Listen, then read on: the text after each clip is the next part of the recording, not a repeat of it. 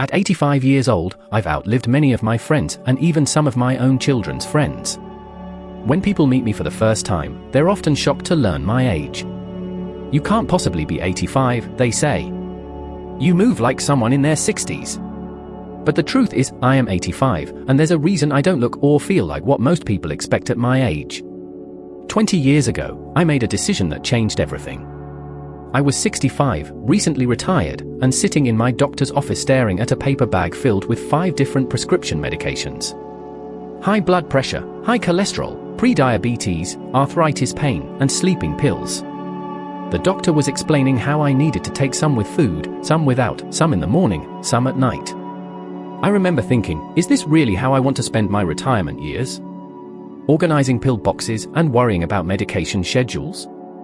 That day, instead of heading to the pharmacy, I went home and made a promise to myself. I would find another way. Now, I want to be very clear about something before we go any further. I am not telling you to throw away your medications. That would be dangerous and irresponsible. What I did was work closely with my doctor over many months to safely reduce my need for medications through lifestyle changes. And I'm not saying this approach will work for everyone. Some conditions absolutely require medication, and there's no shame in that. But what I discovered on my journey is that many of us accept declining health as an inevitable part of aging when it doesn't always have to be. The 7 daily habits I'm about to share with you have kept me medication-free for 20 years, and more importantly, they've given me a quality of life that most people my age only dream about. Stay with me until the end, because these habits might surprise you. They're not complicated or expensive, but they do require consistency. And if you know someone who's struggling with their health in their senior years, this video might be exactly what they need to hear. Now, let's get started with the 7 daily habits that transformed my health and could potentially change yours too. The first thing I do every single morning, before I even think about breakfast, is move my body. Not exercise in the way most people think of it, no running on treadmills or lifting heavy weights. I'm talking about gentle, intentional movement that wakes up every part of your body. When I was 65 and taking those 5 medications, I would wake up feeling stiff, sore, and frankly, old. My joints ached, my back was tight, and it would take me a good hour just to feel human again. The pain pills helped, but they also left me feeling foggy and disconnected from my body. Then I met Arthur, a 78-year-old former dance instructor who moved like someone decades younger. When I asked him his secret, he said something I'll never forget: your body believes what you tell it. If you treat it like it's old and fragile, that's what it becomes. The next morning, I started a simple routine that I still follow to this day. As soon as I wake up, before my feet even touch the floor, I begin with gentle stretches right in bed. I rotate my ankles, flex and point my feet, bend and straighten my knees, and make small circles with my hips. Then I sit up and gently twist my spine, roll my shoulders, and stretch my arms overhead. By the time I stand up, my body already feels alive and ready for the day. But I don't stop there. I spend exactly 15 minutes moving every joint in my body, from my neck down to my toes. Sometimes I put on music and just dance slowly around my living room. Other days I follow a gentle Tai Chi or yoga routine I learned years ago. What amazed me was how quickly this habit started replacing my need for pain medication. Within 3 months of consistent morning movement, my arthritis pain had decreased so dramatically that my doctor agreed to reduce my prescription. 6 months later, I didn't need it at all. I've met so many people our age who reach for pills before they've even given their bodies a chance to heal themselves. They wake up stiff and immediately think, I need my pain medication, instead of I need to move my body. Now, I understand that movement can be challenging when you're in pain. I'm not suggesting you push through severe pain, that would be foolish. But what I've learned is that gentle, appropriate movement is often exactly what aging bodies need most. If you're watching this video and haven't moved much today, pause right now. Roll your shoulders back 5 times. Stretch your arms up toward the ceiling. Tilt your head gently from side to side. Feel that? That's your body thanking you for remembering it needs movement, not just medication. Movement is medicine. It increases blood flow, lubricates joints, strengthens muscles that support our aging frames, and releases natural pain-relieving chemicals in our brains. No pill can do all that without side effects. I promise you this: if you commit to moving your body first thing every morning for just 15 minutes, within a month you'll feel a difference. Within 3 months, others will notice it too. And within a year, you might find yourself needing less medication than you thought possible. If you're finding value in these insights so far, please comment "Movement is Medicine" below to let me know you're here with me. And if you haven't subscribed yet, I recommend you subscribe and turn on the bell so you don't miss any videos that might help you live your best life in these golden years. Now, let's move on to the second habit that helped me eliminate the need for medications. The second daily habit that transformed my health was changing how I think about food. At 65, I was eating what I now call the typical retirement diet: convenient meals, restaurant food, treats I felt I'd earned after decades of working hard, and whatever my children or grandchildren were having when they visited. My kitchen cabinets were filled with packaged foods that wouldn't spoil, and my idea of cooking was heating something up. I was eating for convenience and immediate pleasure, not realizing I was trading my long-term health for short-term satisfaction. My wake-up call came during a visit with my 5-year-old granddaughter. She was watching me take my handful of pills and asked with the innocent curiosity only children have, "Grandpa, why do you need all that medicine? Are you going to die?" Her question hit me like a punch to the gut. I assured her I wasn't dying, but later that night, I couldn't stop thinking about her question. Was this really how I wanted her to remember me, as the grandfather who needed lots of pills just to get through the day? The next morning, I called my old friend Thomas, who at 72 had recently reversed his type 2 diabetes. "What's your secret?" I asked him. His answer changed everything for me. "I stopped eating like food didn't matter," he said. At our age, every bite either fights disease or feeds it. That simple statement, "every bite either fights disease or feeds it," became my new mantra. I didn't make dramatic changes overnight. I didn't go on some extreme diet that I couldn't sustain. Instead, I started asking myself one question before eating anything: will this food heal me or harm me? I began by adding before subtracting. Instead of focusing on what I couldn't eat, I focused on getting at least 7 different colorful plant foods each day: deep green leafy vegetables, bright berries, orange sweet potatoes, red peppers, purple beets, yellow squash, white garlic. I started cooking simple meals using whole ingredients. Nothing fancy, just real food that my grandparents would have recognized. I discovered that food preparation could be a form of meditation, a way to care for myself that no one else could do for me. Within 6 months, my blood pressure started normalizing. My cholesterol levels improved. Most surprisingly, my blood sugar, which had been creeping dangerously high, began to stabilize. Now, 20 years later, I eat primarily a whole food diet rich in plants, healthy fats, and quality proteins. I'm not perfect, I still enjoy a good dessert or glass of wine sometimes, but about 90% of what goes into my body serves a purpose beyond just filling my stomach. I want to share something important I've learned: our taste buds actually change as we adjust our diets. Foods I once craved, like sugary sodas and salty snacks, now taste too intense, almost artificial to me. Meanwhile, I can detect subtle flavors in fresh vegetables that I never appreciated before. Many people our age believe it's too late to change how they eat, that the damage is already done. That's simply not true. Our bodies have a remarkable capacity to heal when we give them the right materials. I've seen friends transform their health in their 70s and even 80s by changing their relationship with food. Remember, I'm not suggesting you need to become a health food fanatic or give up all your favorite treats. I'm suggesting that at our age, we need to be more strategic about what we eat because our bodies have less room for error. If you're wondering where to start, begin with just 1 meal a day. Make your breakfast a healing meal full of whole foods. Once that becomes habit, extend it to lunch, then dinner. Small, consistent changes add up to remarkable results over time. And here's the most important thing: eating well doesn't mean eating less joyfully. Some of the most delicious meals I've ever had have also been the healthiest. There's profound pleasure in eating food that you know is nourishing your body rather than depleting it. If you're still watching and finding these insights valuable, please comment "Food is Medicine" below to let me know you're here. Your engagement helps others find this information too. Now, let's continue to the third habit that helped me stay medication-free. The third daily habit that transformed my health was learning the difference between sleep and restorative rest. At 65, I was taking sleeping pills regularly because I thought 8 straight hours of unconsciousness was what my body needed. I couldn't have been more wrong. Like many people my age, I struggled with insomnia. I'd wake up at 2 or 3 a.m., then panic about not being able to fall back asleep, which of course made sleeping impossible. The pills helped me stay unconscious, but I still woke up feeling tired and foggy. Something wasn't right. My breakthrough came after a conversation with my neighbor Eleanor, who at 84 was sharper and more energetic than most 60-year-olds I knew.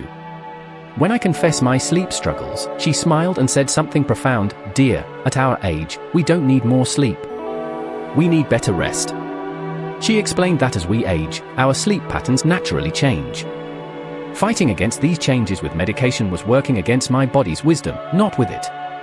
Instead, she suggested I learn how to rest deeply, both during the day and at night. I started small. Instead of reaching for a sleeping pill when I woke up at 3 a.m., I would practice what Eleanor called conscious resting. I'd lie comfortably, breathe deeply, and scan my body from head to toe, relaxing each part. I wasn't trying to sleep, I was simply allowing my body to rest deeply while my mind remained gently aware. To my surprise, some nights I would drift back to sleep naturally. Other nights, I remained awake but in a state of such deep relaxation that it was almost as refreshing as sleep.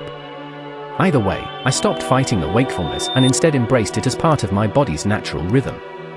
During the day, I incorporated strategic rest periods, not naps, which I discovered could interfere with nighttime sleep, but short periods of deep relaxation. Twice a day, for just 10 to 15 minutes, I would sit comfortably, close my eyes, and practice conscious relaxation or a simple meditation. These brief rest periods became as essential to my day as meals. They were like pressing a reset button on my nervous system. My energy became more sustained, my thinking clearer, and my emotions more balanced. Within 4 months of adopting this approach to rest, I was able to work with my doctor to gradually reduce and eventually eliminate my sleeping medication. My nights weren't always perfect, they still aren't, but I no longer dreaded bedtime or panicked when I woke up in the middle of the night. Here's what I've learned about rest at our age: quality matters more than quantity. The depth of your rest is more important than the duration of your sleep.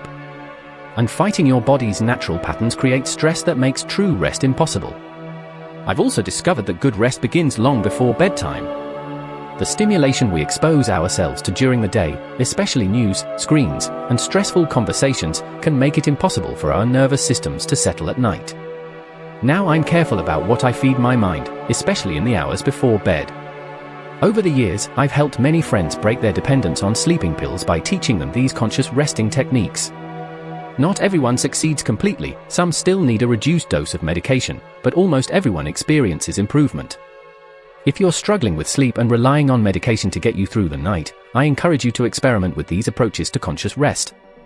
Work with your doctor, of course, never stop sleep medication abruptly, but know that there might be a better way to give your body the rest it truly needs. If you're still watching and finding these insights valuable, please comment "Rest is healing" below to let me know you're here. Your support helps us continue creating content that can change lives. Now, let's continue to the fourth habit that helped me stay healthy without medication. The fourth daily habit that transformed my health might surprise you because it has nothing to do with diet, exercise, or traditional health practices. It's about living with purpose, having a reason to get out of bed that goes beyond your own comfort or pleasure. When I retired at 65, I thought I was finally free to focus on enjoying myself. Golf, travel, spending time with grandchildren, pursuing hobbies, these were going to be my golden years of relaxation and pleasure. Don't get me wrong, these activities are wonderful and important. But what I didn't realize was that a life focused primarily on personal enjoyment creates a peculiar kind of stress. 3 months into retirement, despite finally having the freedom I'd worked decades for, I felt oddly empty. My blood pressure remained stubbornly high despite medication. I was sleeping poorly. I felt a vague anxiety that I couldn't explain. Something was missing. The turning point came when I volunteered at a local literacy program teaching adults to read. I signed up thinking it would be a nice way to fill some time. I didn't expect it to change my health. The first day, I helped a 52-year-old man named Marcus read his first complete paragraph. Something shifted inside me. Here was work that mattered, that made a tangible difference in someone else's life. I left the session feeling more energized than I had in months. I began volunteering 3 mornings a week. To my surprise, on those days, I noticed my blood pressure readings were lower. I slept better those nights. The vague anxiety that had plagued me began to subside. My doctor was intrigued by the change. "What you're experiencing isn't unusual," he told me. "Having purpose, particularly purpose that serves others, creates positive physiological changes. It reduces inflammation, improves immune function, and can even impact how your genes express themselves. I was stunned. Could something as intangible as purpose actually affect my physical health? The research suggests yes. Studies have shown that older adults with a strong sense of purpose live longer, have better cognitive function, and experience less chronic illness than those who lack purpose, even when other factors are equal. As the months passed, I expanded my service. Besides teaching literacy, I started mentoring young people in my former profession. I joined a community garden project. I even helped start a program where seniors taught life skills to at-risk youth. None of these activities were particularly physically demanding, yet they seemed to be healing me from the inside out. Within a year, with my doctor's careful supervision, I was able to reduce my blood pressure medication by half. My sleep improved so much that I needed less sleep medication as well. I believe there's a profound connection between purpose and health that modern medicine often overlooks. When we wake up knowing our presence in the world matters to others, it creates a different biochemical environment in our bodies than when we wake up thinking only of our own needs and pleasures. This doesn't mean you shouldn't enjoy your retirement, you've earned it. But consider balancing pleasure with purpose. Find something that uses your lifetime of skills and wisdom to serve others, even if it's just a few hours a week. I've watched friends who focus solely on leisure activities age faster than those who maintain a sense of purpose. I've seen serious health conditions improve when someone finds meaningful work, whether paid or volunteer. The connection between purpose and physical well-being is real and powerful. If you're wondering how to find your purpose in these later years, start by asking, who needs what I have to give? Where could my lifetime of experience make a difference? The answer might be in mentoring, volunteering, creative pursuits that bring beauty to others, or even starting a small business that serves a need you've identified. Every morning, I wake up knowing that somewhere in my community, someone's life is better because I'm in it. That knowledge is better than any pill for getting my blood flowing and my body moving with enthusiasm rather than obligation. If you're still watching and finding these insights valuable, please comment "Purpose is Healing" below to let me know you're here. Your engagement means so much to me. Now, let's continue to the fifth habit that helped me eliminate the need for medications. The fifth daily habit that transformed my health was prioritizing deep social connections over casual interactions. At 65, I had plenty of what you might call social activity, neighbors I waved to, fellow retirees I golfed with, family I saw at holidays. But something was missing. Most of these interactions stayed on the surface, pleasant but not particularly meaningful. I didn't realize how this was affecting my health until a routine checkup revealed that my blood pressure wasn't improving despite medication. My doctor asked an unexpected question: who do you talk to about the things that really matter to you? The question caught me off guard. I had to admit that while I had plenty of conversations, few of them ventured beyond safe topics like sports, weather, or grandchildren. I rarely shared my fears, hopes, or vulnerable thoughts, and neither did most people in my social circle. Loneliness isn't about being alone, my doctor explained. It's about not feeling truly seen or understood. And loneliness, medical research now shows, is as dangerous to your health as smoking 15 cigarettes a day. This revelation shocked me. Could my perfectly pleasant but superficial social life actually be contributing to my health problems? The research suggests yes. Chronic loneliness increases inflammation, weakens immune function, and is associated with higher rates of heart disease, dementia, and even premature death. I decided to make a change. Instead of expanding my social circle, I decided to deepen it. I identified 5 people in my life with whom I could potentially develop more authentic connections. These weren't necessarily my closest family members or oldest friends, but people with whom I felt a natural rapport and trust. I began inviting these people for one-on-one conversations, walks in the park, unhurried cups of coffee, or meals where phones were put away. I took the risk of being more honest about my life, my regrets, my fears about aging, my hopes for whatever time I had left. To my surprise, when I opened up, others usually did too. One friendship particularly transformed during this time. Robert had been my casual golfing buddy for years. We knew the basics about each other's lives, but rarely delved deeper. One rainy day when golf was cancelled, I invited him for coffee instead. Something about the change in routine led to a change in our conversation. "How are you really doing with Sarah's illness?" I asked about his wife's recent cancer diagnosis.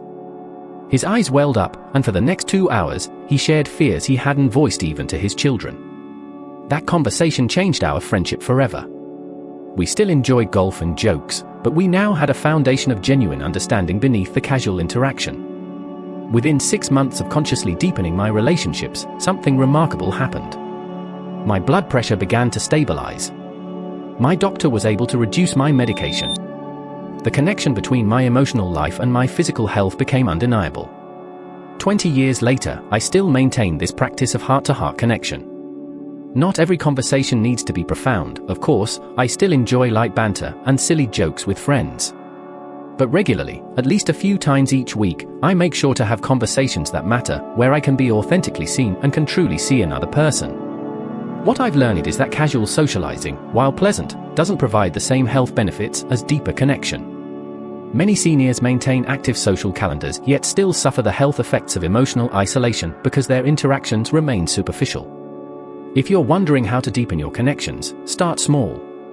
Choose one person you trust and invite them for an unhurried conversation. Ask questions that go beyond the day's events. What's giving you joy these days? Or what worries you about this stage of life? Share something genuine about yourself that you might normally keep private. These small acts of vulnerability often open doors to more meaningful connection. And remember, deep connection doesn't always require words. Sitting quietly holding the hand of someone you love, truly listening without planning your response, or even petting a beloved animal while being fully present can create the sense of being seen that our nervous systems crave. If you're still watching and finding these insights valuable, please comment "Connection is health" below to let me know you're here. Your support means the world to me. Now, let's continue to the 6th habit that helped me stay medication-free. The 6th daily habit that transformed my health was reconnecting with the natural world as a form of therapy, not just as pretty scenery to occasionally admire. At 65, like many people my age, I had become increasingly indoor-bound.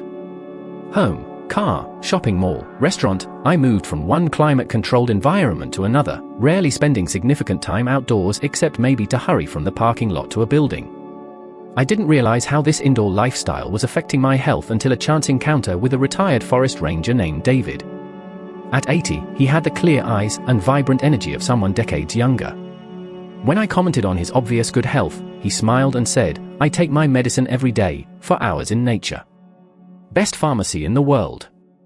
At first, I dismissed his comment as quaint nature enthusiasm.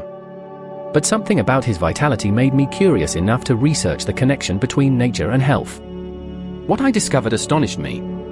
Spending time in natural environments has been scientifically proven to lower blood pressure, reduce stress hormone levels, boost immune function, improve mood, and even accelerate healing. The Japanese call it forest bathing, immersing yourself in nature as a preventive health practice. It's so effective that some doctors in Scotland now literally prescribe nature walks to patients with various conditions. Intrigued, I decided to experiment. I committed to spending at least 1 hour every day outdoors in a natural setting, a local park, a nature reserve, even just my garden when the weather was poor. At first, it felt strange, almost like wasting time. Shouldn't I be doing something more productive? But I kept at it, and within weeks, I noticed changes. I slept better on days when I'd been outdoors. My perpetual stiffness decreased. Most surprisingly, my blood pressure readings began to stabilize, sometimes dropping to normal ranges without any change in medication. My nature time evolved from a curious experiment to an essential daily practice. I learned to engage all my senses, not just admiring the views, but listening to birdsong, feeling different textures of bark and stone, smelling pine needles and damp earth, sometimes even tasting wild berries or herbs, only ones I could safely identify, of course. I've continued this practice for 20 years now. Rain or shine, hot or cold, I spend time outdoors every single day. I dress for the weather and adjust the duration if conditions are extreme, but I never skip completely. In some ways, challenging weather creates even more beneficial engagement. There's something especially invigorating about walking through a winter landscape or feeling a gentle summer rain on your skin. The effects on my health have been profound. Beyond helping me reduce and eventually eliminate blood pressure medication, my daily nature time has improved my balance and coordination, kept my mind sharp through constant sensory engagement, and provided a level of stress relief that no pill could match. I've since learned that there's a concept called nature deficit disorder that affects many modern people, especially the elderly who may have mobility challenges or safety concerns about being outdoors. The consequences of this deficit include increased anxiety, decreased sensory awareness, and a disconnection from the natural cycles that have regulated human health for our entire evolutionary history. The good news is that you don't need to hike mountains or trek through wilderness to benefit from nature. A local park, a community garden, even a balcony with potted plants can provide healing connection if you engage with it mindfully. The key is regular contact and full sensory presence. If mobility is a challenge for you, even sitting by a window that overlooks natural elements can provide some benefits. Studies show that hospital patients who can see trees from their windows recover faster than those looking at buildings. The healing power of nature can reach us in many ways if we're open to it. What I wish more people our age understood is that nature isn't just a nice recreational option, it's an essential health intervention that becomes more important, not less, as we age. Our bodies evolved in natural settings over millions of years. Returning to that environment, even briefly each day, helps restore balance to our biological systems in ways that modern medicine is just beginning to understand. If you're still watching and finding these insights valuable, please comment "Nature Heals" below to let me know you're here. Your engagement helps this channel reach others who might benefit from these ideas. Now, let's continue to the seventh and final habit that helped me stay medication-free into my 80s. The seventh daily habit that transformed my health was learning to master stress rather than trying to avoid it. At 65, I thought the key to healthy aging was eliminating stress from my life. I believed that retirement should be stress-free, and I worked hard to arrange my life accordingly. I avoided difficult conversations. I stepped back from challenging situations. I even declined opportunities that seemed potentially stressful, including a chance to serve on the board of a non-profit I cared deeply about. I thought I was protecting my health, but in reality, I was inadvertently weakening my resilience. My wake-up call came during a routine checkup when my doctor noticed that despite my medications and supposedly stress-free lifestyle, my blood pressure would spike dramatically whenever I encountered even minor stressors. My system had become hypersensitive to challenges rather than resilient. The goal isn't a stress-free life, my doctor explained. That's impossible and would actually make you more vulnerable. The goal is developing a resilient system that can handle stress without being overwhelmed by it. His words reminded me of something I'd observed in my own garden. Plants grown in a completely protected environment, a greenhouse with perfect conditions, often couldn't survive when transplanted outdoors. They hadn't developed the resilience that comes from facing and adapting to varying conditions. I realized I'd been approaching stress all wrong. Instead of trying to eliminate it from my life, I needed to build my capacity to respond to it effectively. I needed to develop stress mastery. I began with simple practices. Each morning, I would intentionally expose myself to mild discomfort, a cool shower, a challenging mental puzzle, or a physical exercise that pushed my limits slightly. These weren't overwhelming stressors, but just enough challenge to activate my stress response system in a controlled way. I also adopted a daily meditation practice specifically focused on developing equanimity, the ability to remain balanced in the face of difficulty. This wasn't about escaping reality, but rather about training my nervous system to respond to challenges with composed awareness rather than reactivity. Perhaps most importantly, I stopped avoiding situations just because they might be stressful. I accepted that position on the non-profit board. I had those difficult conversations I'd been postponing. I even took on new challenges like learning a foreign language and teaching myself to play piano, activities that involved productive struggle and occasional frustration. To my surprise, rather than worsening my health, this approach began to improve it. My blood pressure became more stable, not just at rest but also when facing challenges. My need for medication decreased gradually as my internal regulation improved. What I've learned over 20 years of practicing stress mastery is that our bodies aren't designed to avoid stress, they're designed to respond to it and recover efficiently. This capacity doesn't naturally diminish with age unless we allow it to through avoidance and disuse. The key is finding the right level of challenge, enough to stimulate growth and resilience, but not so much that it overwhelms your system. This sweet spot is different for each person and may change as you age, but the principle remains the same: intentional exposure to manageable stressors builds resilience. I now view stress as information rather than a threat. When I feel stress arising, I get curious about it. What is this situation asking of me? What resources can I bring to it? How can I respond thoughtfully rather than react automatically? This approach has not only helped me reduce my need for medications, but has also kept me engaged with life in a way that many of my peers have abandoned. At 85, I still take on new projects, meet new people, and venture into unfamiliar territory, physically, mentally, and emotionally.